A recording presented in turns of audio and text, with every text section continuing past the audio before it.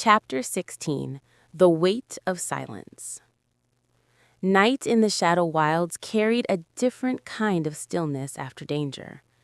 The village had settled again, though a quiet vigilance lingered in the air. Lanterns burned a little brighter, watchers stood a little straighter, and conversations were softer, threaded with relief and lingering unease. Elara found herself unable to rest.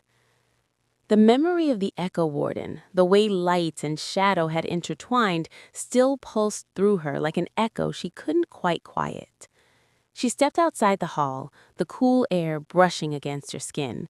The faint glow of distant plants painted the ground in soft silver-blue hues. Kaelen stood near the edge of the clearing, looking out toward the horizon where darkness blended into deeper darkness. "You're doing that thing again," she said gently. He glanced at her. What thing? Standing alone with the weight of the world. A faint breath of amusement escaped him. "It is a familiar posture."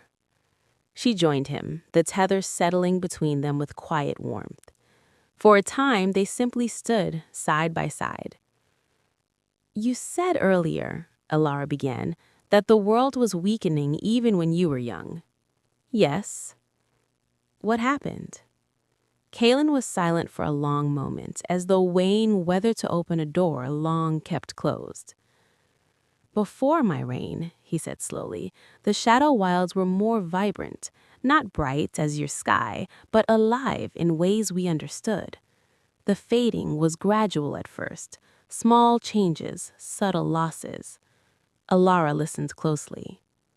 "My predecessor believed the cause lay deep within the earth, an ancient force tied to the balance between realms." "The anchor," Elara said quietly. He nodded. "When I inherited the mantle, I sought to understand it. I journeyed to the deepest fracture, the place where the anchor's influence is strongest." Elara felt the tether hum faintly, as if reacting to the words. "What did you find?" Kaelen's gaze grew distant. "A truth that could not be undone." Her heart quickened. "Tell me." He exhaled slowly. "The anchor is not merely an object. It is a convergence, a point where energies between our worlds meet and exchange." Elara frowned. "Exchange?" "Balance," he said, "or imbalance." She thought of the fading lands, of the constant brilliance of Ethelgard. "What happened when you reached it?" she asked softly. Kaelen flexed his hand unconsciously. "I realized that the flow had shifted. Energy was being drawn upward more than it should." Elara felt a chill. "To prevent collapse below," he continued, "I bound myself to the fracture. I became a living conduit, regulating what I could." Her breath caught. "You tied yourself to it?" "Yes." "How long?" "A century." The number settled heavily in the air. "That's why you haven't seen the sun," she said, voice barely above a whisper. He inclined his head slightly. "I could not leave without risking greater imbalance." Elara felt a surge of emotion, admiration, sorrow, disbelief. "That's," she struggled for words, "that's an unimaginable burden." Kaelen's voice remained calm. "It was necessary." She turned to face him fully. "And no one in the sky knows?" A faint sadness touched his expression. "Our worlds rarely listen to one another." Elara looked down at the tether, its glow steady, like a quiet heartbeat. "Why didn't you stop the city?" she asked. Kaelen met her gaze. "War would have brought suffering to both worlds. I chose endurance instead." The simplicity of the answer struck her deeply. "You carried it alone," she said softly.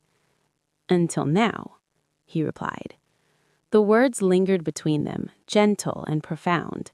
Elara felt warmth rise in her chest, not just from the tether, but from something more personal. She looked toward the distant darkness. "If the anchor is a convergence, then stabilizing it might require cooperation." Kaelen studied her thoughtfully. You begin to see. She gave a small, wry smile. I suppose that's my curse. A quiet moment passed. Then Elara asked, Were you ever afraid? Kaelen considered. Yes, he said.